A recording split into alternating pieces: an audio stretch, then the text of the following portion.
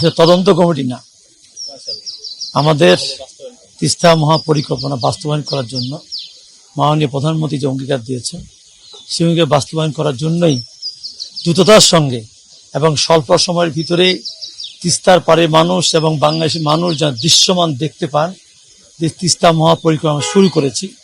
এবং মাননীয় প্রধানমন্ত্রী যেমন কথায় বিশ্বাস করেন, কাজে বিশ্বাস করেন, আজকে আমাদের বিশেষ করে মাননীয় প্রধানমন্ত্রীর নেতৃত্বে আমাদের পানি সম্পদ মন্ত্রণালয় এবং উপদেষ্টা বৃন্দ এবং আমাদের তিস্তা পাড়ের মহানায়ক দুলু ভাইয়ের নেতৃত্বে সমন্বয়ে আজকে যে আমরা সভা করেছি, সেই সভায় আমরা মোটামুটি একটা সুনির্দিষ্ট পদক্ষেপে দিয়ে এগিয়ে যাচ্ছি এবং হয়তো আপনার অল্প সময়ের ভিতরেই আপনার তিস্তার যে মহাপরিকল্পনা আমাদের পানি সম্পদ মন্ত্রণালয় বা বর্তমান সরকারের মহাপরিকল্পনা ইনশাআল্লাহ আপনাদের সামনে দৃশ্যমান হবে।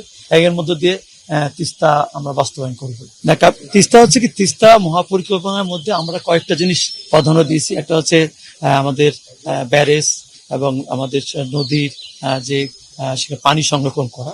তা আমরা এই ব্যারেজ এবং পানি সংরক্ষণ করা এটাই হচ্ছে আমরা ফার্স্ট প্রায়োরিটি দিচ্ছি। ইনশাল্লাহ এবছরে ইনশাল্লাহ আশা করতেছি। আমাদের তো টেকনিক্যাল কিছু বিষয় আছে, সেগুলো আমাদের টিমগুলো আমরা গঠন করে দিয়েছি, সেগুলো কাজ শুরু করছে ইতিমধ্যে। আমাদের বিশেষ করে আমাদের কেন্দ্র থেকেও আমাদের মন্ত্রী সহ আমরা একটা টিম সেখানে ভিজিট করব।